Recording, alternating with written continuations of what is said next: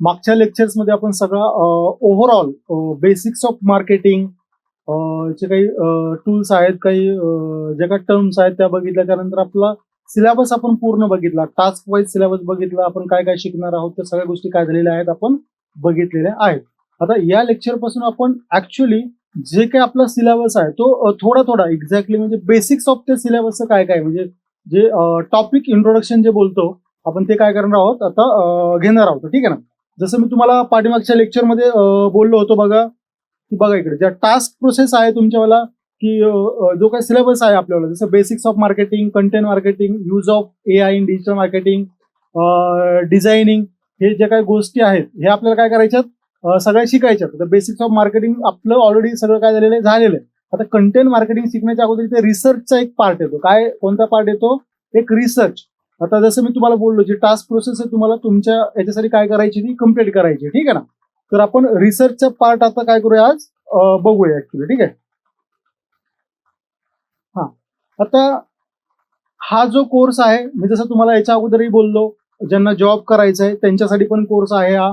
ज्यांना फ्रँचायझी घ्यायची आमच्यावली त्यांच्यासाठी पण हा कोर्स आहे. ज्यांना एजन्सी इस्टॅब्लिश करायची स्वतःची, हा त्यांच्यासाठी देखील कोर्स आहे. ज्यांना जे टीचर्स आहेत, ज्यांना स्वतःचा एक ब्रँड क्रिएट करायचा आहे, स्वतः डेव्हलप व्हायचंय, त्यांच्यासाठी पण हा कोर्स आहे. तर लक्षात ठेवा, रिसर्च करायचं म्हणजे एक्झॅक्टली करायचं काय. रिसर्च आता तुम्हाला इथून पुढे जी टास्क प्रोसेस आहे ती करायची ना. आपल्याला जो काही सिलेबस आहे तो आपण इथून पुढे काय करणार आहे, कम्प्लीट करणार आहे. पण रिसर्च करण्या अगोदर लक्षात ठेवा, तुम्ही काय करायचं आता, तुम्ही जे कोणी असाल, तुम्ही जर स्टुडंट असाल, ज्यांना जॉब करायचा आहे, जे फ्रँचायझी ज्यांना घ्यायची तो ओनर असेल, किंवा एजन्सी इस्टॅब्लिश करायची तो मुलगा असेल, किंवा टीचर असेल, तुम्ही काय करायचंय रिसर्चमध्ये आता सगळ्यात इम्पॉर्टंट म्हणजे तुम्ही काय करायचं, तुमचं नाव डिसाईड करायचंय. तुमचं नाव सपोज आता इथं बघा, जसं असं कन्सिडर करायचं की आता आपण स्वतःचे कोण आहोत, क्लायंट आहोत.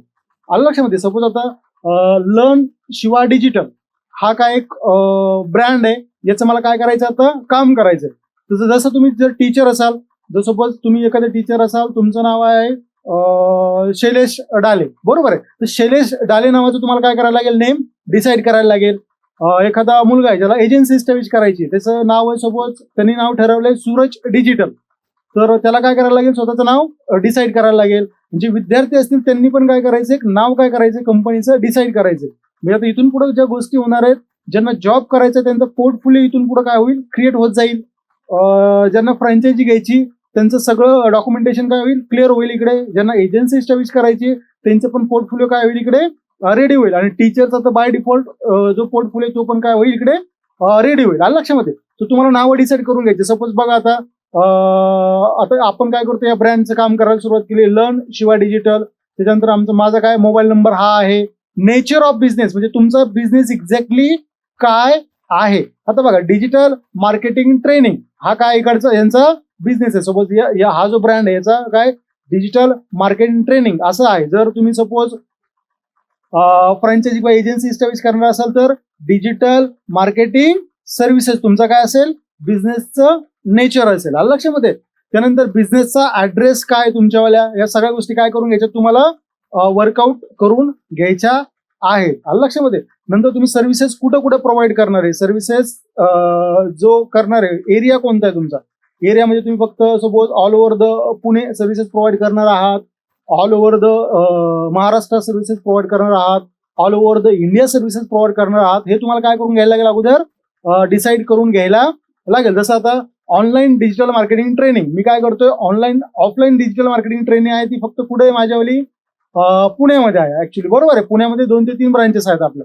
पण जी काय ऑफलाईन डिजिटल मार्केटिंग ट्रेनिंग आपली पुण्यामध्ये आहे, आणि ऑनलाईन डिजिटल मार्केटिंग ट्रेनिंग आपल्या ऍपमध्ये आपण ऑल ओव्हर द काय करतोय, फक्त महाराष्ट्रामध्ये घेतोय. कारण मी जी ट्रेनिंग प्रोव्हाइड करतोय ही मराठीमधून प्रोव्हाइड करतोय. तर मी ती ऑल ओव्हर द इंडिया करू शकतो का, तर नाही करू शकत. आलं लक्षामध्ये तुमच्यावाल्या.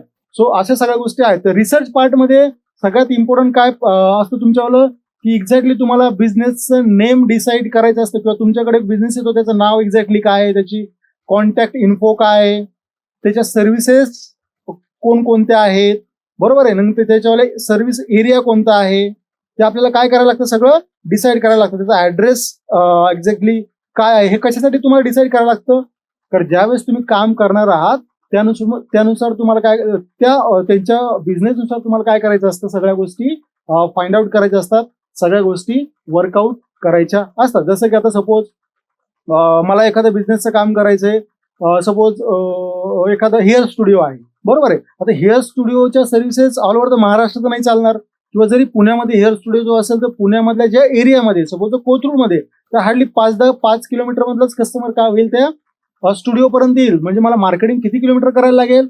5 किलोमीटर करायला लागेल. आणि त्याच्यामध्ये पण हेअर स्टुडिओ कोणता आहे, युनिसेक्स आहे, मेल आहे, फिमेल आहे, त्याच्यानंतर किती तो चांगला डिझाईन केलेला आहे, तिथं त्याचा कस्टमर कोण आहे, आलं लक्षामध्ये. म्हणजे इन शॉर्ट मी जे तुम्हाला पहिल्यांदा सांगितलं होतं, काय सांगितलं होतं पहिल्यांदा, तुमचा प्रोडक्ट कोणता आहे, तुमची सर्व्हिस कोणती आहे, आणि त्याचा कस्टमर कोण आहे, आलं लक्षामध्ये. म्हणजे कस्टमर कोण आहे हे सगळं तुम्हाला काय करायला लागतं, डिसाईड करायला लागतं. तुम्हाला त्या सगळ्या गोष्टीचा काय करायला लागतो, रिसर्च करायला लागतो. त्यावेळेस तुम्हाला काय होतं, त्या बिझनेसचं तुम्ही काय करू शकता, मार्केटिंग करू शकता, आलं लक्षामध्ये. तो सपोज आपण असं कन्सिडर केलं की बाबा एक आपल्याकडे बिझनेस आलेला आहे, त्याचं नाव आहे लर्न डॅश शिवा डिजिटल, त्यानंतर मोबाईल नंबर त्यांचा हा आहे, नेचर ऑफ बिझनेस हा आहे.